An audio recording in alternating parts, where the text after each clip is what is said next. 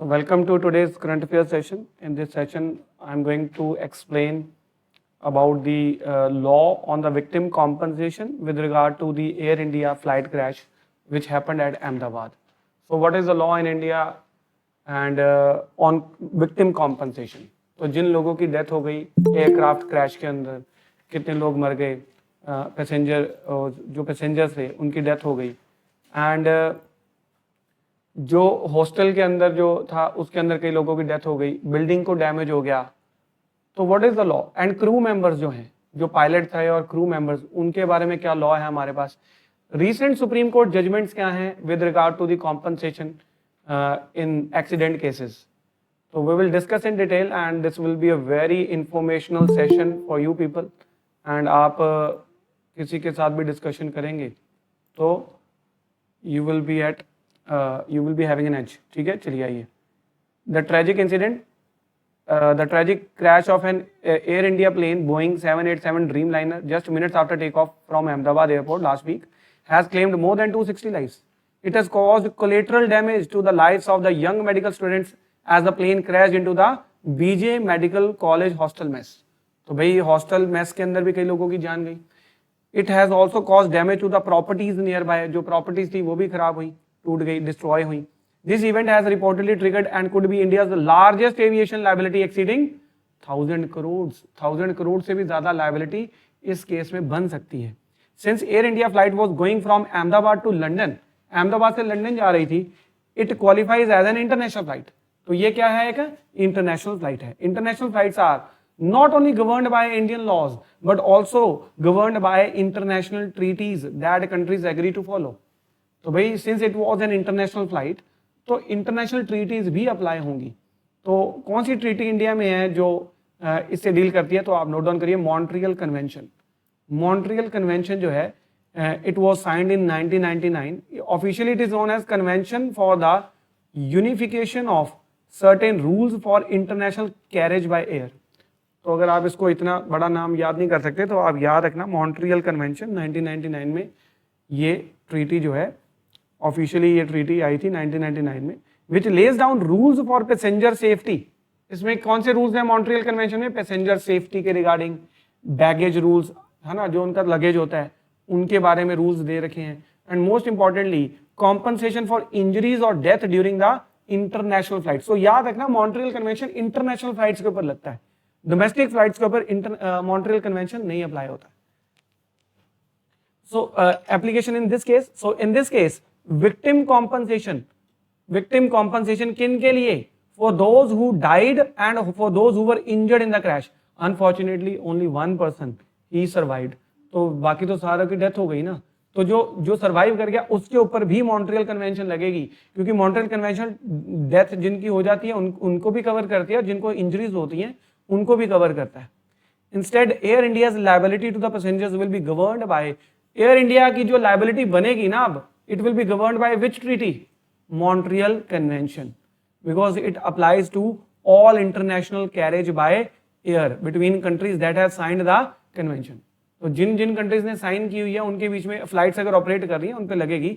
तो ये अहमदाबाद से लंदन जा रही थी तो इंडिया ने भी साइन कर रखी है और यूके ने भी साइन कर रखी है, बट लायबिलिटी तो एयर इंडिया की बनेगी. तो what are the practical implications? तो entitlement to compensation, families of the victims are entitled to compensation under the rules of Montreal convention. Strict and unlimited liability, this convention provide strict and automatic liability. तो आपको मैं बता दूं, strict liability का मतलब होता है even if there is no fault on the part of Air India. Air India कहेगी हमारा कोई फॉल्ट नहीं है, हमारी कोई नेग्लिजेंस नहीं है, इट वाज इंजन फेलियर. क्या था ये? सब अभी तो रिपोर्ट नहीं आई है, बट सपोज वो कहे कि ये इंजन फेलियर है, हमारी नेग्लिजेंस कहाँ है? हमारी नेग्लिजेंस की वजह से थोड़ी ये इंसिडेंट हुआ है.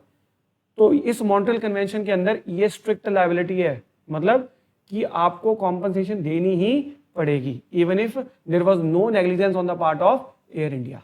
This convention provides strict liability. हम टॉर्ट्स पढ़ रहे हैं ना, टॉर्ट्स के अंदर अभी हम एक टॉपिक स्टार्ट करेंगे, strict liability and absolute liability, उससे ये रिलेटेड है.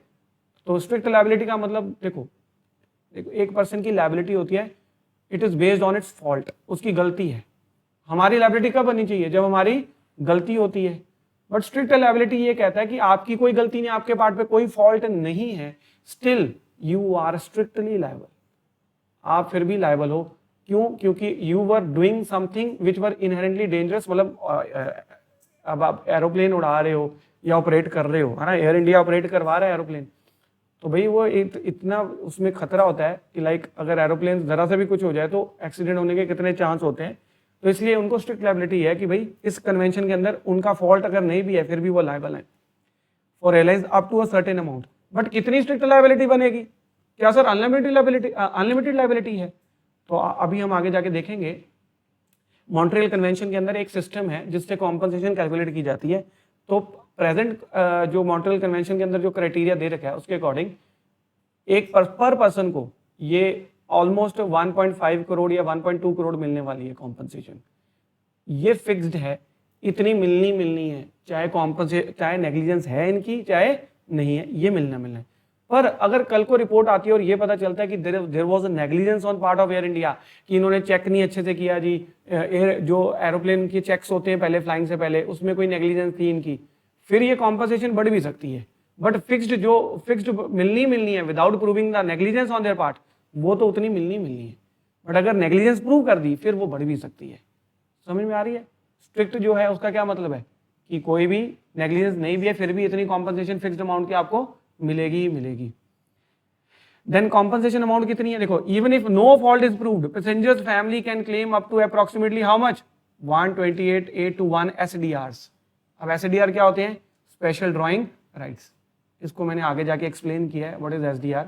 तो इतने SDRs मिलेंगे। अगर इसको हम आज कैलकुलेट करते हैं इंडियन रुपीज में तो it is equal to how much 1.4 crore पर। वो फर्स्ट 2 बटन है ना, उसमें से हो जाएगा ऑन करना बस उसे। हाँ, फर्स्ट 2 को ऑन, ऊपर इधर से बस, दूसरा भी ऑन कर दो। India ratification, India ratified the Montreal convention in 2009। तो 1999 में आई थी बट इंडिया ने रेटिफाई करी है 2009 में। इम्प्लीमेंटेशन इन इंडियन लॉ, तो जब मॉन्ट्रियल कन्वेंशन हमने रेटिफाई कर दी तो फिर ये कन्वेंशन ऑटोमेटिकली इंडिया पे अप्लाई हो जाएगी क्या? देखो, इंटरनेशनल लॉ के 2 थ्योरीज होती हैं, मोनोइस्टिक एंड डुअलिस्टिक। पता है आपको? इंटरनेशनल लॉ की 2 थ्योरीज होती हैं, मोनोइस्टिक थ्योरी होती है, एक ड्यूलिस्टिक। इंडिया ड्यूलिस्टिक को फॉलो करता है, मतलब अगर इंडिया ने किसी कन्वेंशन को साइन कर भी दिया वो ऑटोमेटिकली इंडिया के ऊपर अप्लाई नहीं हो जाएगी। इंडिया के पार्लियामेंट के अंदर एक लॉ पास करना पड़ेगा सो दैट वो ट्रीटी इंडिया के ऊपर अप्लाई हो सके। तो इंडिया ने मॉन्ट्रियल कन्वेंशन ट्रीटी तो साइन कर दी 2009 में, बट लॉ भी तो पास करना पड़ेगा क्योंकि इंडिया ड्यूलिस्टिक थ्योरी को फॉलो करता है, तो वो ट्रीटी तभी अप्लाई होगी। तो इंडिया ने फिर लॉ पास किया, कौन सा बताइए? Parliament pass the carriage by air amendment act 2009। Carriage by air amendment act 2009, ये लॉ पास किया। अब टाइप्स ऑफ लायबिलिटी देखिए जी, लायबिलिटी कितनी तरह की बनेगी? एक तो है जी पैसेंजर्स, जो उसके अंदर फ्लाई कर रहे थे, उसके अंदर बैठे थे, जिनकी डेथ हो गई या जो क्या हो गए, इंजर्ड हो गए, जो कि प्रेजेंट केस में सिर्फ एक ही पर्सन है जो इंजर्ड हुआ है, जो सर्वाइव कर गया, बाकी सबकी क्या हो गई है, डेथ। तो एक तो इनके लिए लायबिलिटी। दूसरा कौन है? People on the ground. ये कौन सी है? बीजे मेडिकल हॉस्टल के अंदर जिन लोगों की डेथ हो गई। और लास्ट लायबिलिटी कौन सी है? Property damage, damage to the building, roads, medical college, इन सब के लिए। अगर मैं इन सब की बात करूं तो पैसेंजर्स के लिए जो लायबिलिटी बनेगी ये मॉन्ट्रियल कन्वेंशन के अंदर बनेगी, इनको यहां पर मिलेगी compensation. People on the ground जो है इनको मिलेगी लॉ ऑफ टॉर्ट्स में। कहां मिलेगी? Law of torts. और डैमेज टू द प्रॉपर्टी ये भी कहां मिलेगी? Law of torts. और क्रू मेंबर जो हैं उनके लिए, क्रू मेंबर के लिए इनका जो कॉन्ट्रैक्ट साइन हुआ था उनके साथ, क्योंकि वो उनके एम्प्लॉई है ना, तो कॉन्ट्रैक्ट साइन हुआ था, तो कॉन्ट्रैक्ट साइन होने पे उनकी इंश्योरेंस पॉलिसी जो करवाई होगी, जो भी ग्रेच्युटी अमाउंट उनको मिलेगी उनकी डेथ होने पे जो भी है, वो उससे गवर्न किया जाएगा। Let's read further. Coverage under Montreal convention. Montreal convention covers passengers. Montreal convention किसको कवर करती है? पैसेंजर्स। और किसको? बैगेज। और किसको? कार्गो। कार्गो मतलब अगर कोई गुड्स कैरी करें, बैगेज उनके लगेज वगैरह हो गया, और passengers. What it does not cover, क्या कवर नहीं करती है Montreal convention? People who were not passengers like those who were on the ground and property damage. ये किससे गवर्न होंगे? By the Indian tort law which handle civil wrongs like negligence. तो इस case में negligence अगर ना prove हो पाए तो तो एब्सोल्यूट लायबिलिटी, स्ट्रिक्ट लायबिलिटी जो रूल्स हम पढ़ेंगे उसको हम पढ़ेंगे, देखेंगे कि टॉर्ट्स के अंदर क्या लायबिलिटी बनेगी। आर्टिकल 17 जो मॉन्ट्रियल कन्वेंशन का है वो क्या कहता है, an airline like Air India is responsible if a passenger dies or injured due to an accident. ये कह रहे हैं कि एयरलाइन लायबल होगी अगर एक पैसेंजर की डेथ हो गई। कहां पर डेथ हो गई? Inside the aircraft. अगर एयरक्राफ्ट के अंदर डेथ हो गई तब भी कौन लायबल है? एयरलाइन। या फिर बोर्डिंग करते हुए, जैसे ये लोग बोर्डिंग करते हुए इनकी क्या हो जाए, डेथ हो जाए, या डी बोर्डिंग करते हुए डेथ हो जाए। अब आओ, नहीं नेचुरल डेथ नहीं, नेचुरल डेथ नहीं हो रही है, अननेचुरल डेथ हो जाए बोर्डिंग करते हुए या डी बोर्डिंग करते हुए, तब भी मॉन्ट्रियल कन्वेंशन ही अप्लाई होगी। अब आप लोग सोचेंगे सर इसमें एयरलाइन की क्या गलती है, वो तो बोर्डिंग कर रहे थे, बोर्डिंग करते हुए कोई ऐसा हुआ कि उसको उसकी डेथ हो गई या इंजरी हो गई, still airline will be liable. So compensation, this means families of the passenger who died can get compensation. This is अब why the passenger who is boarding and deboarding वो क्यों liable, उसके लिए क्यों compensation pay करनी पड़ेगी? Because air travel is not limited to just being on the plane. The process of flying includes boarding and deboarding. हम fly तब करेंगे जब पहले board करेंगे और फिर हम क्या करेंगे, deboard करेंगे। अब examples मैंने कुछ लिए हैं कि भाई boarding deboarding में कैसे injury हो सकती है। तो like accident on boarding stairs, तो जब वो बोर्डिंग स्टेयर्स है उसमें कोई एक्सीडेंट हो, suppose a person slips and falls while climbing the staircase to the aircraft, गिर गया, तो कौन लायबल होगा? एयरलाइन लायबल होगी। डिफेक्टिव एरो ब्रिज, अब ये एरो ब्रिज बनाते हैं ना, सीधा एरो ब्रिज होती है जो सीधा हम एयरक्राफ्ट के अंदर जाते हैं, तो उसमें कुछ डिफेक्ट था। Someone falls from the door area if the plane is parked high and there is no guard rail और सेफ्टी मैकेनिज्म, तब भी कौन लायबल होगा? एयरलाइन लायबल होगी। Explosion near the fire near the aircraft, अगर aircraft में कोई पास में था बंदा, आग लग गई बोर्डिंग करते हुए या कुछ, तब भी लायबल हो जाएगा। इंजरी फ्रॉम एयरलाइन स्टाफ और सिस्टम्स, जैसे डोर माल फंक्शन हो गया, ठीक है। एयर टर्बुलेंस बताओ, air turbulence while the passenger are still standing after landing, landing के बाद भी वहां पर लोग खड़े हुए हैं जिसकी वजह से डीबोर्डिंग करते हुए वो गिर गए या कुछ हो गया, तब भी कौन लायबल होगा? एयरलाइन लायबल होगी। या फिर ये तो मोस्ट कॉमन है, ट्रॉली लगेज ट्रॉली और fuel truck hits a passenger during boarding, जहां पर ये एरो ब्रिजेस नहीं होती हैं वहां पर ऐसे चीजें अक्सर देखने को मिलती हैं। समझ में आया? बोलो मॉन्ट्रियल कन्वेंशन क्या क्या कवर करेगी, समझ में आया? आगे देखो, airline duty of care during boarding and airline has full control over the passengers safety. The passenger is within the operational control zone of the airline either on the stairs, aero bridge or within the marked area under the airline staff instruction. The law assumes the duty of care continues until the passenger is safely inside and seated. जब तक अंदर नहीं पहुंच जाता, जब तक बैठ नहीं जाता, तब तक भी किसकी रिस्पॉन्सिबिलिटी है? एयरलाइन की। एंड जब तक वो एग्जिट नहीं कर जाता एयरलाइन सुपरविजन से, तब तक भी किसकी रिस्पॉन्सिबिलिटी है? एयरलाइन की। कॉम्पनसेशन, अब आर्टिकल 21 मॉन्ट्रियल कन्वेंशन कह रहा है कि एट प्रेजेंट ये कैलकुलेट किया गया है और कितने स्पेशल ड्रॉइंग राइट्स हैं? 128,821 इतने हैं। The Montreal convention only covers passenger, ये तो हमने कर लिया है। अनलिमिटेड लायबिलिटी है। If the families wants more they have to prove. देखो अगर आप मॉन्ट्रियल कन्वेंशन की बात करोगे तो फिक्स्ड है, अगर हम एक फिक्स अमाउंट तक फिक्स्ड है, बट ऐसा नहीं है कि उससे ज्यादा नहीं ले सकते, ले सकते हैं, बट आपको क्या प्रूव करना पड़ेगा कि on the negligence on the part of the airline. But अगर नो फॉल्ट लायबिलिटी आप क्लेम कर रहे हो तो वो एक फिक्स्ड अमाउंट ही है, वही मिलनी है आपको। और वो एट प्रेजेंट कितनी है? 128,821 ये है। इसको मल्टीप्लाई करेंगे इंडियन रुपीज के साथ तो ये अप्रोक्सीमेटली बन जाती है 1.45 करोड़ बन जाती है। Other types, physical injury, obviously physical injury. Other types of damages, people on the ground ये कवर नहीं है। डैमेजेस टू द बिल्डिंग ये मॉन्ट्रियल में कवर नहीं है। And death of the non passengers, ये जो बीजे हॉस्पिटल वो जो था मेडिकल कॉलेज उसमें कवर नहीं है। लीगल रिकोर्स क्या है? If Air India was negligent in maintaining the aircraft the victims on the ground owners can sue for Indian law for compensation. Obviously जो ग्राउंड में जो बीजे जो मेडिकल कॉलेज का जो बिल्डिंग थी उस वो टॉर्च में ले सकते हैं एयरलाइन से कॉम्पनसेशन अगर उनकी क्या निकली? नेग्लिजेंस निकली। अब एयरक्राफ्ट जो डैमेज हो गया उसके लिए कहां से मिलेगा? एयरक्राफ्ट को जो नुकसान हो गया वो, तो उसको हल लॉस बोलते हैं। क्या बोलते हैं उसे? हल लॉस का मतलब पूरी की पूरी बॉडी नुकसान होगी जिसको रिपेयर कर ही नहीं सकते। अब इसको क्या रिपेयर कर सकते हैं? पूरा का पूरा लॉस हो गया, टोटल लॉस। तो इसमें क्या होएगा जी? इसमें एयर इंडिया ने इंश्योरेंस करवाई होगी। क्या करवाई होगी? इसमें इंश्योरेंस कवरेज हुई होगी। एंड टिपिकली इसको हम बोलते हैं हल रिस्क इंश्योरेंस। तो if the plane is destroyed or badly damage the insurance company will pay the airline for the value of the aircraft. तो इंश्योरेंस कंपनी एयर इंडिया को पैसे देगी क्योंकि एयर इंडिया ने उसकी एयरक्राफ्ट की क्या करवा रखी थी? इंश्योरेंस करवा रखी थी। तो यहाँ पर प्रेजेंटली एयर इंडिया ने 1040 करोड़ की जो है 1040 करोड़ की इंश्योरेंस करवा रखी थी, ऑलरेडी करवा रखी थी यहाँ पर। Now passenger compensation details. तो अगर हम बात करें मॉन्ट्रियल कन्वेंशन की, under the Montreal convention Air India liability of is for the death of the passengers would be calculated as per the 1 lakh special drawing rights. तो कैसे कैलकुलेट किएगी Montreal convention में? 1 lakh special drawing rights and it is a strict liability as I have told you and Air India is bound to pay the compensation even without their being requirement to prove the negligence. Exceptions क्या है? It should be noted that strict liability, अभी हम पढ़ेंगे जब torts of law के अंदर, law of torts के अंदर, तो there are exceptions to the strict liability also, वो हम पढ़ेंगे कि सर एक्सेप्शंस क्या है। भाई अब चाहे उसकी कोई गलती नहीं है फिर भी हम उसको लायबल कर रहे हैं, बट कुछ एक्सेप्शंस उसको दी गई हैं, अगर वो प्रूव कर देगा तो फिर वो बच सकता है। बट हमारे केस में ये अप्लाई नहीं होगा, क्योंकि हमारे केस में एयर इंडिया तो स्ट्रिक्टली क्या है, लायबल है ही है। Equal treatment convention makes no distinction between the person who is dead and who survived. तो भाई डेड और सर्वाइवल में ये कोई डिफरेंस नहीं क्रिएट करते। जितना एक डेड पर्सन के फैमिली को कॉम्पनसेशन मिलनी है उतनी जो है इंजर्ड पर्सन को भी मिलनी है। और आज की वैल्यू में एसडीआर की, एक एसडीआर की वैल्यू कितनी है?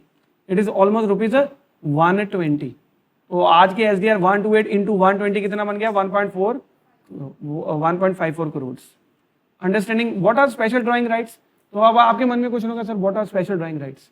सो this is not a real money. ऐसा नहीं है कि एसडीआर कोई रियल मनी है, no, it is not a currency which you can spend in a shop and hold it like a cash, ऐसा नहीं है। It is a unit of account. तो जैसे अगर आपसे मैं पूछूं कि एक यूनिट होता है, इलेक्ट्रिसिटी का एक यूनिट है, ठीक है, हर एक चीज का क्या होता है, एक यूनिट है, वेट का एक यूनिट है। सिमिलरली करेंसी की वैल्यू का एक यूनिट होता है, और वो क्रिएट किसने किया है? ये आईएमएफ ने, इंटरनेशनल मॉनेटरी फंड ने क्रिएट किया है। एसडीआर होते हैं basically, it is a unit of account of the value of the money. It means it is a standard way to measure the value across countries in global transactions. तो it is like a measuring stick. तो इसको आप एक तरह की major stick की तरह देख लो कि 1 SDR is equal to 120 rupees. 1 SDR is equal to 120 rupees. It is SDR किसने क्रिएट किए हैं? It is created by IMF, International Monetary Fund. ये क्या हेल्प करता है? अब देखो, अगर आप बोलो कि सर इन्होंने कॉम्पनसेशन एसडीआर में क्यों रखी हुई है, क्योंकि आप मुझे बताओ, एक एयरक्राफ्ट के अंदर डिफरेंट नेशनैलिटीज के लोग ट्रैवल करते हैं ना। अब आप उनके लिए एक फिक्स थोड़ी फिक्स कर दोगे कि इतनी कॉम्पनसेशन है, क्योंकि अगर आप एक फिक्स अमाउंट फिक्स कर दोगे तो उनकी जो करेंसी के हिसाब से वो कॉम्पनसेशन कम भी हो सकती है और ज्यादा भी हो सकती है। तो उन्होंने एसडीआर में फिक्स कर रखा है कि इतना एसडीआर, और जिस कंट्री का वो सिटीजन या पैसेंजर है उससे उनकी कंट्री की जो करेंसी की वैल्यू उससे उसको क्या कर दो, मल्टीप्लाई कर दो, और उनकी कॉम्पनसेशन की वैल्यू वहां पर आ जाएगी। ठीक है।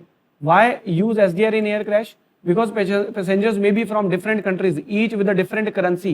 It is unfair to fix compensation in just one currency like US dollar or Indian rupees. Therefore, they use SDRs. So, Montreal Convention sets compensation in SDR to make it fair and uniform across all the countries. और SDR calculate कैसे करते हैं जी? तो ये आपको याद रखना है कि 5 करेंसीज के बेसिस पे SDR डिसाइड होते हैं। US dollar, euro, Chinese yuan, Japanese yen, British pound, 1 2 3 4 5। ठीक है जी। इन करेंसीज की वैल्यूज को ध्यान में रखते हुए एसडीआर की वैल्यू कैलकुलेट की जाती है। इसमें सबसे ज्यादा वेटेज किसकी है बताइए? एसडीआर में सबसे ज्यादा वेटेज यूएस डॉलर की है, 43% है। एंड आईएमएफ जो है इसकी एसडीआर की वैल्यू कैलकुलेट करती है एवरी डे ये फ्लक्चुएट होती रहती है। ठीक है। देखो यहाँ पर करेंसी वेट्स इन एसडीआर कैलकुलेशन, यूरो 29% है, चाइनीज युआन 12% है, जापानीज येन 7% है, ब्रिटिश पाउंड 7% है। तो ये इतना इंपॉर्टेंट नहीं है, बस ये याद रखना कि कौन सी करेंसीज इसमें रखती हैं वेटेज। अब एसडीआर एप्लीकेशन एंड रिवीजन। तो एप्लीकेशन टू सर्वाइवर्स, यस, जो बच गए उनके ऊपर भी लगता ही है। एसडीआर अमाउंट चेंज हो सकती है क्या? हाँ, हमारा जो मॉन्ट्रियल कन्वेंशन का आर्टिकल 24 है ये कहता है कि एवरी 5 ईयर्स एसडीआर को रिवाइज करना है, क्योंकि इन्फ्लेशन होती रहती है कि नहीं होती रहती? बोलो, महंगाई बढ़ती रहती है तो ये भी बढ़ना चाहिए। अभी रिसेंट रिवीजन अक्टूबर 2024 में की इन्होंने। नाउ, क्या मॉन्ट्रियल कन्वेंशन के अलावा भी कॉम्पनसेशन ले सकते हैं पैसेंजर्स जिनकी डेथ हो गई? आंसर इज यस, ले सकते हैं, बट उनको एक चीज प्रूव करनी पड़ेगी कि एयर इंडिया थी वो क्या थी? नेग्लिजेंस थी। तो फिर वो मॉन्ट्रियल कन्वेंशन में जो फिक्स्ड अमाउंट है उससे ज्यादा भी क्लेम कर सकते हैं। एडवांस पेमेंट्स, अब एडवांस पेमेंट एयरलाइन दे सकती है ठीक है, एयर इंडिया दे सकती है एडवांस पेमेंट। एडवांस पेमेंट क्या होता है? एडवांस पेमेंट भाई अभी तो कॉम्पनसेशन क्लेम्स अभी दिए नहीं है, बट उनकी फैमिली को प्रॉब्लम्स आएंगी अभी, तो पहले डील करने के लिए वो क्या पे कर देते हैं? Advance payments. जैसे टाटा ग्रुप ने अनाउंस कर दिया, क्योंकि एयर इंडिया को किसने टेक ओवर किया था, बताना जरा, टेक ओवर किसने किया एयर इंडिया को? टाटा ग्रुप ने। तो टाटा ग्रुप ने ये अनाउंस कर दिया कि हम 1 करोड़ कॉम्पनसेशन पे करेंगे टू ईच पैसेंजर्स।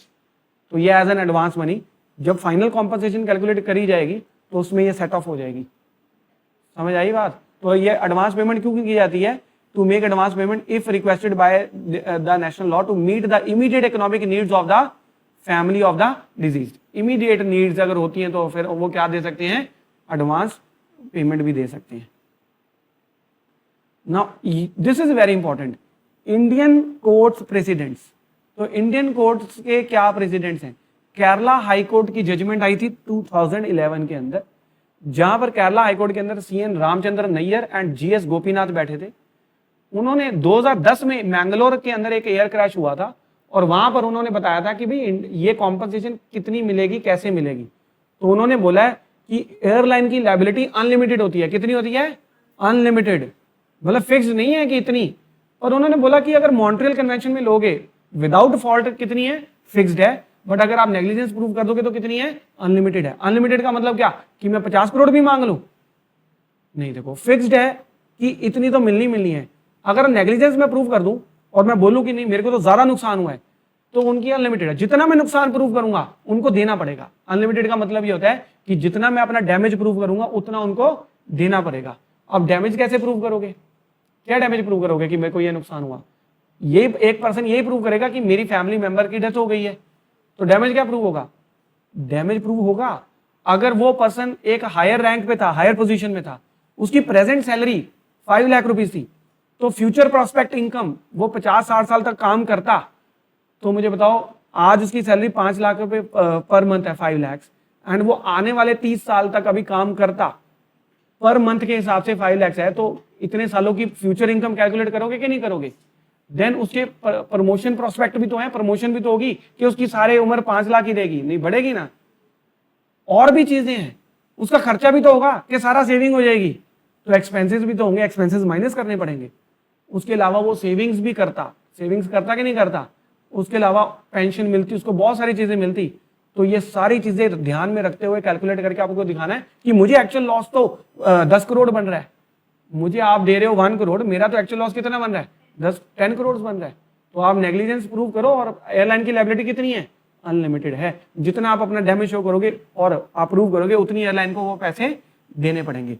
तो यहाँ पर देखिए, यहाँ पे लिखा है airline liability is unlimited but proof required. क्या रिक्वायर्ड है? प्रूफ। आप शो करो कि आपको नुकसान कितना हुआ है। The airline liability is not capped, कोई फिक्स नहीं है, meaning they can be made to pay any amount but the victim family has to prove their loss. No minimum compensation in the law. The court said, जो India में law pass हुआ है, carriage act जो 2009 में हमने pass किया था, it does not specify a fixed minimum amount to be paid automatically for each death. But Montreal convention तो ऑटोमेटिकली फिक्स्ड करती है ना, इतनी तो पे करनी पड़ेगी आपको। Now claiming compensation. अब कॉम्पनसेशन क्लेम करने के लिए फैमिली को क्या करना पड़ेगा? एक सिविल सूट फाइल करना पड़ेगा। किसके ऊपर फाइल करना पड़ेगा? एयरलाइन के ऊपर एक सिविल सूट फाइल करना पड़ेगा कि हमें यह नुकसान हुआ है। अगर एयरलाइन एग्री नहीं करती कि मैं तो नहीं दे रही इतने पैसे, एयरलाइन मना करती कि मैं नहीं 10 करोड़ दे रही, ठीक है, एयरलाइन ने मना कर दिया, तो फिर कोर्ट डिसाइड करेगी, कोर्ट के अंदर आप प्रूव करो। अगर वो एग्री कर जाते हैं फिर तो बात ही कोई नहीं, फिर तो कोई प्रॉब्लम नहीं है। तो आपको क्या प्रेजेंट करना पड़ेगा? Evidence of the loss. The court will decide how much the airline should pay. तो फिर उस सिविल सूट में कोर्ट डिसाइड करेगा कि कितना पे करना है। नाउ अब बात ये कि कॉन्ट्रीब्यूटरी नेग्लिजेंस प्रूव कर सकते हैं। देखो, एक है कि आपने प्रूव किया कि एयरलाइन नेग्लिजेंट थी, एयरलाइन ये भी कह सकती है कि इसको जो नुकसान हुआ है ना, इसकी भी कॉन्ट्रीब्यूटरी नेग्लिजेंस थी, ये भी गलत। जैसे मान लो एक बंदा ओवर स्पीडिंग कर रहा है, गाड़ी चला रहा है ओवर स्पीडिंग, और सामने से एक बंदा रॉन्ग डायरेक्शन से आ रहा है, तो जो ओवर स्पीडिंग कर रहा है वो तो चलो नेग्लिजेंट है ही है, बट जो सामने से रॉन्ग डायरेक्शन से आ रहा है उसकी भी तो कॉन्ट्रीब्यूटरी नेग्लिजेंस है, उसने भी तो कॉन्ट्रीब्यूट करा है, तभी तो ये एक्सीडेंट हुआ है। तो एयरलाइन क्या कॉन्ट्रीब्यूटरी नेग्लिजेंस शो कर सकती है? Answer is yes. The court said airline is allowed to argue that the passenger was a party at fault. Airline भी प्रूव कर सकती है कि इसकी गलती थी। अब हमारे केस में तो पैसेंजर्स की कोई गलती नहीं है, जो प्रेजेंट केस हुआ है एयर इंडिया केस में पैसेंजर्स की तो कोई गलती नहीं है, बट कॉन्ट्रीब्यूटरी नेग्लिजेंस जैसे जैसे for example the victim themselves contributed to the accident, इनकी वजह से ही एक्सीडेंट हुआ है। जैसे passenger refuses to wear a seat belt डालने से मना कर दिया, एंड टर्बुलेंस हुई जिसकी वजह से वो टर्बुलेंस में नीचे गिरा, उसके सिर पे चोट लग गई। अब आपको पता है ड्यूरिंग द फ्लाइट तो मॉन्ट्रियल क्या कहती है मॉन्ट्रियल ट्रीटी कि कौन लायबल है, एयरलाइन लायबल है, बट एयरलाइन बोलेगी सर इनकी कॉन्ट्रीब्यूटरी नेग्लिजेंस है कि इन्होंने सीट बेल्ट नहीं डाली हुई थी। समझ में आई बात या नहीं? The airline might argue that the injury was a partly the passengers fault and reduce the compensation. Now SDR limit and airline, SDR limit तो आपको पता ही है सिर्फ 1.2 करोड़ या 1.5 करोड़ जो अकॉर्डिंग टू द वैल्यू होगी वही बनेगा, बट उससे ऊपर अगर आप क्लेम चाहते हैं तो एयरलाइन जो है डिफेंस ले सकता है बाय प्रूविंग कि भाई हमारी कोई नेग्लिजेंस नहीं थी। अगर उसने प्रूव कर दिया हमारी कोई नेग्लिजेंस नहीं है तो फिर तो मॉन्ट्रियल कन्वेंशन के अंदर वही मिलना है। फिर एक केस आया National Insurance Company versus Pranay Sethi 2017, ये बहुत लैंडमार्क केस है, 2017 में आया है। इस केस के अंदर सुप्रीम कोर्ट ने तरीका बताया है कि हमें कॉम्पनसेशन कैलकुलेट कैसे करनी है। कौन से केस में बताया है? National Insurance Company Limited versus Pranay Sethi के केस में सुप्रीम कोर्ट ने बताया कि कॉम्पनसेशन कैलकुलेट कैसे करनी है। सबसे पहले उसकी अर्निंग चेक करो कि उसकी प्रेजेंट अर्निंग कितनी है, और National Insurance Company Limited versus Pranay Sethi 2017, सबसे पहले आप चेक करिए कॉम्पनसेशन जब आपको कैलकुलेट करनी है तो हम उसकी अर्निंग्स चेक करेंगे कि वो अर्न कितना कर रहा था। एज बहुत इंपॉर्टेंट फैक्टर है। अगर उसकी एज 25 to 30 या 35 ईयर्स की एक ग्रुप में है तो उस केस में जो है उसकी प्रमोशन की जो प्रोस्पेक्ट्स हैं कोर्ट ज्यादा कैलकुलेट करता है। अगर उसकी एज थी 40 to 50 ईयर्स तो फिर उस केस में उसके प्रमोशन के प्रोस्पेक्ट्स इतने ज्यादा कैलकुलेट नहीं करता कोर्ट। तो डिपेंड करता है अर्निंग्स पे, एज पे, एम्प्लॉयमेंट स्टेटस। मान लो वो हाई रैंक पोजीशन में था तो कॉम्पनसेशन ज्यादा हो जाएगी या नहीं हो जाएगी, और वही एक नॉर्मल इंसान था तो कॉम्पनसेशन क्या हो जाएगी, कम हो जाएगी। देन डिपेंडेंट्स में भी मतलब डिपेंड करता है डिपेंडेंट्स कि उसके ऊपर कितने डिपेंडेंट्स हैं, उसके मदर, फादर, उसकी वाइफ, उसके बच्चे। अगर उसके ऊपर 5 डिपेंडेंट्स हैं सपोज करो एक केस में, और एक केस में सिर्फ 2 ही डिपेंडेंट्स हैं, तो किस केस में कॉम्पनसेशन ज्यादा मिलेगी? 5 के केस में 5 के केस में ज्यादा मिलेगी। बोलो ज्यादा मिलेगी 5 के केस में।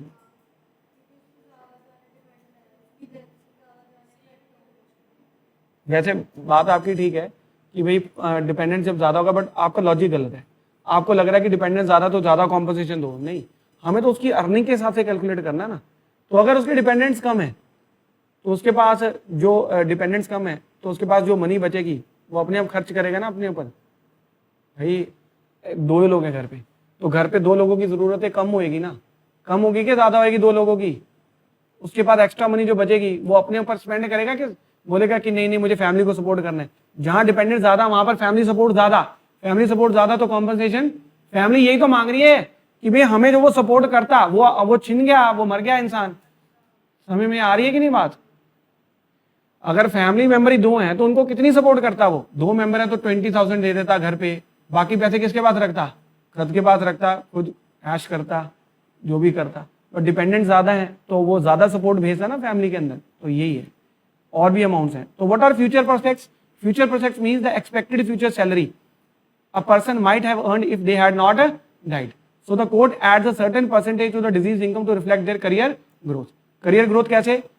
जैसे कि देखो ध्यान से सुनो इधर, अगर उसकी एज 40 ईयर से लेस है तो कोर्ट उसकी इनकम में कितने % एडिशन करेगी? 50%। तो अगर उसकी सैलरी सपोज करो कि 1 लाख है तो कोर्ट उसकी इनकम को कैसे कैलकुलेट करेगी? 50% बढ़ा के, क्योंकि फ्यूचर पर्सपेक्ट भी तो होने थे कि नहीं होने थे? बोलो इंक्रीज होना था कि नहीं होना था? अगर उसकी एज 40 to 50 तो कितना इंक्रीज होना था? 30%। अगर 50 to 60 तो 15%। अगर वो सेल्फ एम्प्लॉयड है, खुद काम करता है, तो उस केस में 40% इंक्रीमेंट होता अगर उसकी एज लेस देन 40 ईयर्स है। तो ये प्रणय सेठी के केस में ही सारा क्राइटेरिया ले डाउन किया गया है, क्योंकि एक बंदा एक फिक्स्ड अमाउंट पे थोड़ी रहता है, उसकी इंक्रीमेंट तो होती है कि नहीं होती? तो ये compensation calculate. What is loss of dependency?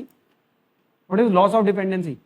Loss of dependency means the financial support that the family members like spouse, children would have received from the deceased person income if the person has not died. तो court calculate क्या करते हैं actual में? Loss of dependency, कि कितनी income इनको कितनी income मिलती अगर वो जिंदा होता। तो it means the deceased used to earn money and support the family, after their death the family has lost that income. Income source चला गया कि नहीं फैमिली का? and that's called loss of dependency. It is usually the biggest portion of the compensation in wrongful death cases.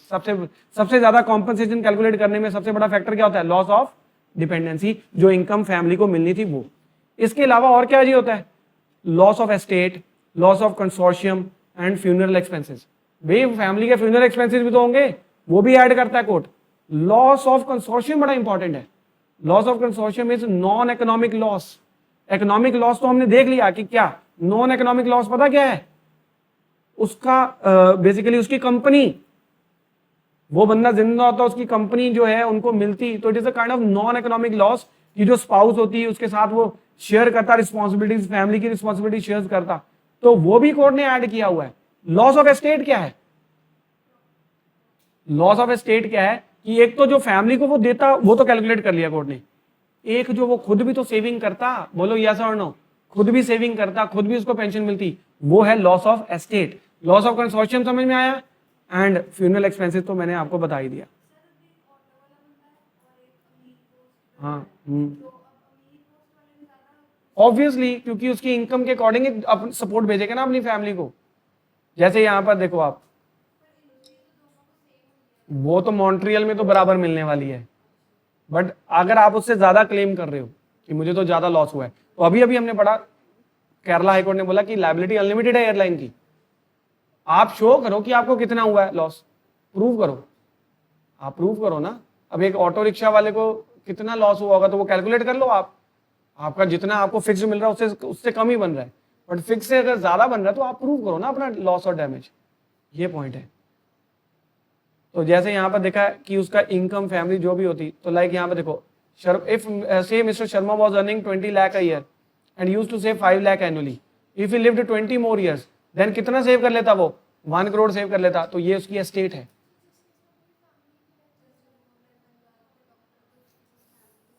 नहीं, उसकी पूरी family के उसके पीछे मेंबर है ना, उसके फादर है ना, उसके फादर. फिर तो कॉम्पनसेशन किसको ही दोगे? फिर कोई बचा ही नहीं, किसको दोगे? कोई भी नहीं है. फिर तो कॉम्पनसेशन फैमिली मेंबर्स लेते हैं ना कॉम्पनसेशन, कि हमें सपोर्ट करने वाला चला गया ना. नहीं, इमीडिएट फैमिली को. लॉस ऑफ एस्टेट समझ में आया आपका क्या है? जो उसकी सेविंग है, बताइए फटाफट से जल्दी से. लॉस ऑफ कंसोर्शियम बताइए कितने टाइप के होते हैं? 3 तरह के होते हैं लॉस ऑफ कंसोर्शियम. एक होता है स्पाउसल कंसोर्शियम, एक होता है पेरेंटल कंसोर्शियम, एक होता है फिलियल कंसोर्शियम. स्पाउसल होता है हस्बैंड और wife, loss of marital companionship. Parental consortium, loss of child of disease, loss of parental care, जब बच्चों के पापा मतलब डेथ होगी उनकी. फिलियल कंसोर्शियम मतलब पेरेंट्स ऑफ डिजीज, कि भाई माता पिता का भी तो वो चला गया ना. Loss of child's love and care, भाई माता पिता को प्यार करता कि नहीं करता, तो ये भी तो है. समझ में आई बात या नहीं? तो ये आप देखिए एक तरह का ये नॉन इकोनॉमिक लॉस है, बट कोर्ट इसको भी रिकॉग्नाइज करता है. ये जो कंसोर्शियम है, it is a kind of economic emotional companionship protection. ये जो हस्बैंड जिसकी डेथ हुई है वो ये प्रोवाइड करता, उसको भी कोर्ट ने कैलकुलेट किया. कितनी अमाउंट बताओ? कंसोर्शियम की अमाउंट ऑलमोस्ट 40,000 है. 40,000 ये भी कैलकुलेट होती है. देन एक लेटेस्ट केस आया Trivedi Kodkani versus Air India.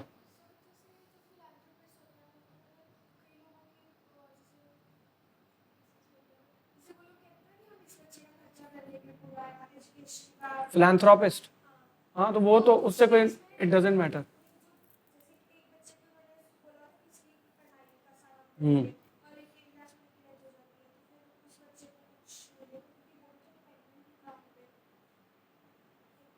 नहीं, सुप्रीम कोर्ट ने Trivedi Kodkani versus Air India के केस में क्या हुआ कि यहाँ पर 7.64 करोड़ कॉम्पनसेशन कोर्ट ने ग्रांट करी एक पर्सन को. आप देख लो, 7.64 कॉम्पनसेशन उसके लीगल ईयर्स को ग्रांट करी है. क्यों? क्योंकि वो बंदा कौन सी पोजीशन में था? रीजनल डायरेक्टर की पोजीशन में था इन जीटीएल ओवरसीज. इसकी डेथ हो गई थी. तो इसमें देख लो, हाई रैंकिंग प्रोफेशनल था ये, उसकी इनकम, फ्यूचर इनकम ऐड करी, उसके पर्सनल एक्सपेंसेस भी तो माइनस होंगे, पर्सनल एक्सपेंसेस भी तो माइनस होंगे. तो आपको मैं दिखा रहा हूँ लेटेस्ट केस जिसमें 7.64 करोड़ कॉम्पनसेशन मिली है. Now expenses. हाँ जी, वैसे आपके लिए यही केस इंपॉर्टेंट है जो मैंने आपको लिखवाया ना, वो प्रणय सेठी वाला, वो उसमें कॉम्पनसेशन कैलकुलेट करने का तरीका बताया.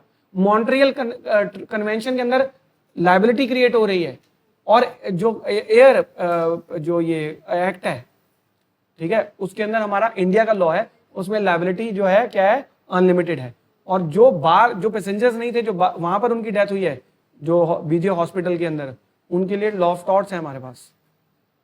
देन पर्सनल ये डिडक्शंस होंगी, भाई जो खर्चा होएगा सारा तो इनकम उसके पास नहीं आएगी, खर्चा भी तो होएगा, तो वो भी माइनस करना है। सरला वर्मा केस के अंदर कोर्ट ने बोला था कि अगर उसके डिपेंडेंट स्पेसिफाइड नहीं है, नंबर ऑफ डिपेंडेंट मैरिड है, और 1/3 इनकम उसकी एक्सपेंसेस की काट लेंगे हम। अगर 2-3 डिपेंडेंट्स हैं तो कितनी काट लेंगे?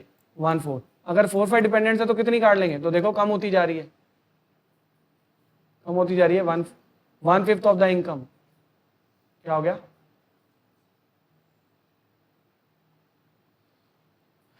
तो ठीक है, यहां पर मैंने एग्जांपल दिया, if mister A earned 12 lakhs per year, he was married with 2 kids and dependent parents, 5 dependents हैं, तो उसकी कितनी डिडक्शन होगी उसमें इनकम में से? 1/5 इनकम उसकी किसमें से चली जाएगी? 12 lakhs में से 2.4 लाख चली जाएगी। और प्रोस्पेक्टिव इनकम कितनी बन गई फिर उसकी? लॉस ऑफ इतनी बन गई। तो इसको कैलकुलेट कर लेंगे जितने साल वो जीवित रहेगा, कैलकुलेट एक्सपेक्टेड इनकम उसकी कैलकुलेट कर लेंगे। Then compensation for Air India crew, different from passengers होते हैं एयर इंडिया के क्रू के। इसके लिए मैंने आपको बोला था कि बेसिकली उनकी कॉम्पनसेशन डिपेंड करती है एम्प्लॉयमेंट कॉन्ट्रैक्ट के ऊपर। जो उनका एम्प्लॉयमेंट कॉन्ट्रैक्ट था, जो उनको सैलरी मिलनी थी, जो उनको बेनिफिट्स मिलने थे, जो उनकी एक्सीडेंट इंश्योरेंस थी, जो उनके डेथ बेनिफिट्स थे, ग्रेजुटी थी, पेंशन थी, वो सब उनको उनके कॉन्ट्रैक्ट के अकॉर्डिंग मिलेगा।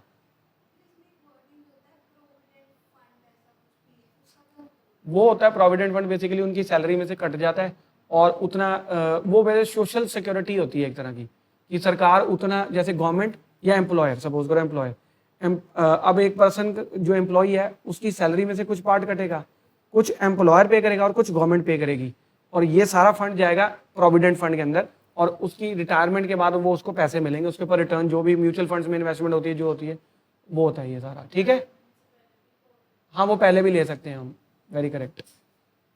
Airline insurance policy for crew, जो भी उन्होंने कराई होगी तो क्रू मेंबर्स को वहां से मिल जाएगी।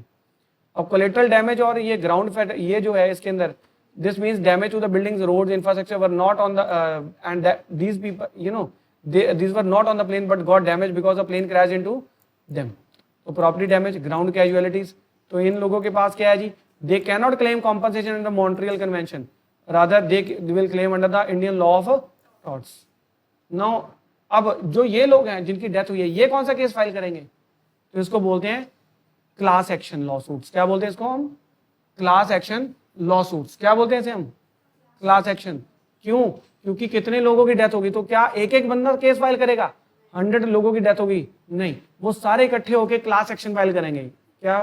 देखो पढ़ो, अ class action means many victims come together and file collective case instead of hundreds individual filing cases separately. ये मास डिजास्टर्स के केसेस में क्लास एक्शन सूट फाइल होते हैं, जैसे प्लेन क्रैश हो गया, इंडस्ट्रियल एक्सीडेंट्स हो गए, लार्ज स्केल ट्रेन एक्सीडेंट हो गया, तो इनमें इन सबको इक्वली ट्रीट किया जाता है। प्रूफ ऑफ नेग्लिजेंस, तो इन मास डिजास्टर केस, हाँ मतलब एक ही एडवोकेट हायर करना है, वो सबको रिप्रेजेंट करते हैं इतने। हाँ जी, नहीं काफी, ये इसको क्लास सूट बोलते हैं कि भाई हम सबको रिप्रेजेंट करो आप, ऐसे नहीं कि 100 लोग हैं तो बहुत ज्यादा पैसे लेंगे हम, ऐसा नहीं है। प्रूफ ऑफ नेग्लिजेंस, ये बेसिकली कोर्ट का टाइम बचाने के लिए होता है। अगर आप देखो सेम कॉज ऑफ एक्शन है, एविडेंस भी सेम आएगा, सारे गवाह भी सेम आएंगे कि हमारे सामने ऐसा हुआ था, जो भी है, तो 100 बार कोर्ट को वही चीज बार बार करनी पड़ेगी, तो कोर्ट का टाइम नहीं वेस्ट हो जाएगा। तो एक ही बार में कोर्ट जो है इसको डिसाइड करेगी। अब यहां पर ध्यान दीजिए, proof of negligence in mass disasters, ध्यान देना जरा, in mass disasters the court may not require each victim to prove the fault by the company because it is obvious that the something dangerous went wrong. अगर mass disaster हुआ है तो वहां पर presumption court ये ले लेती है कि इनकी नेग्लिजेंस रही होगी, क्योंकि भाई इतना बड़ा डिजास्टर हुआ है, 100 लोग मर गए हैं, तो कुछ ना कुछ तो गलती रही होगी इनकी, एयरलाइन की, कंपनी की। द कोर्ट में प्रिज्यूम, कोर्ट की मर्जी है, कोर्ट प्रिज्यूम कर सकता है and court order compensation order कर सकता है if the airline says we tried our best, चाहे वो बोलते रहे कि वी ट्राइड आवर बेस्ट, फिर भी उनको, तो इसको हम बोलते हैं एब्सोल्यूट लायबिलिटी। क्या बोलते हैं इसको हम? भाई वो कहें कि हमारी कोई गलती नहीं थी सर, हमने तो बहुत ध्यान रखा, पर फिर भी कोर्ट उनको कॉम्पनसेशन देने के लिए कह सकता है। हम ये पढ़ेंगे लॉ ऑफ टॉर्ट्स के अंदर। बट एक क्वेश्चन आता है, जैसे भोपाल गैस ट्रेजेडी हुई थी ना, यूनियन कार्बाइड जो थी उसके अंदर मिथाइल आइसोसाइनेट गैस लीक हो गई थी, कितने लोग मर गए थे, तो वहां पर उनकी कॉम्पनसेशन, वहां पर एब्सोल्यूट लायबिलिटी का रूल लगाया गया। बट एब्सोल्यूट लायबिलिटी का जो ये है ये इवॉल्व हुआ था कहाँ पर, यहाँ पर ये हमारा यूनियन कार्बाइड कॉर्पोरेशन नहीं है, ओलियम गैस लीक केस है, ओलियम गैस लीक केस है जिसमें ये एब्सोल्यूट प्रिंसिपल ये पेपर में आ जाता है कि एब्सोल्यूट लायबिलिटी का रूल कौन से केस में इवॉल्व हुआ था। तो MC Mehta versus Union of India का केस है, MC Mehta versus Union of India का केस है, famously known as oleum gas leak case. वहां पर बच्चे गलती से टिक करके आ जाते हैं Bhopal gas tragedy. Bhopal gas tragedy में एब्सोल्यूट लायबिलिटी का रूल इवॉल्व नहीं हुआ था। इवॉल्व किस केस में हुआ था? इंडिया में हुआ था। कौन से केस में? ओलियम गैस लीक केस में इवॉल्व हुआ था। तो एब्सोल्यूट लायबिलिटी में क्या होता है, सुन लो जरा, उस बंदे की कोई गलती नहीं भी है, उस कंपनी की कोई गलती नहीं है, बट आप इतनी डेंजरस चीज के साथ डील कर रहे हो, अगर विदाउट योर फॉल्ट अगर ये लीक हो गया या कुछ ये एस्केप कर गया और लोगों को नुकसान हो गया, आपकी ही लायबिलिटी है। Why? Because you are dealing in such a dangerous thing. You cannot say tomorrow that sir we were not at fault, हमारा तो कोई फॉल्ट नहीं था। भैया आप इतनी खतरनाक चीज से डील कर रहे हो, आपकी स्ट्रिक्ट एब्सोल्यूट है, एब्सोल्यूट लायबिलिटी है। दो पढ़ो जरा। If an enterprise engages in hazardous or inherently dangerous nature of activity, किसमें एंगेज कर रहे हो आप? Hazardous nature of activity which poses a potential threat to the health and safety of the persons, it owes an absolute and non-delegable duty to ensure that no harm results. This means the company must pay the compensation no matter what. They cannot escape the liability by just saying that it was not our fault. We absolutely you are liable. अब आप अपने घर में lion ला के रख लो, tiger, आप एक hazardous या इनहेरेंटली डेंजर एनिमल ला के रख लिया ना आपने। अब कल को आप बोलोगे सर मैंने तो पूरा प्रॉपर एनक्लोजर बनाया हुआ था शेर का, सर मुझे नहीं पता था कि ये कैसे निकल गया, बट शेर ने एनक्लोजर तोड़ दिया, बहुत हार्ड मटेरियल का था, और आप बोलो मेरा कोई फॉल्ट नहीं है, you will be absolutely liable, आपकी लायबिलिटी बनेगी even if you are not at fault. आई बात समझ या नहीं? तो वैसे मैंने बहुत बेसिक सी एग्जांपल ले ली, शेर ला के रख लिया जस्ट आपको समझाने के लिए कि एब्सोल्यूट लायबिलिटी कब होती है। Is that fine? बोलो कंक्लूजन क्या है? कंक्लूजन ये है कि एविएशन रिलेटेड जो इन्वेस्टिगेशंस हैं और ये क्लेम्स हैं ये बहुत कॉम्प्लेक्स होते हैं, it takes years to settle, while that may be the general case, but the Montreal convention के अंदर एक आर्टिकल है जो कहता है कि जो फिक्स्ड कॉम्पनसेशन देनी है कितनी देर के अंदर देनी है, with in 2 years of the incident. ठीक है जी।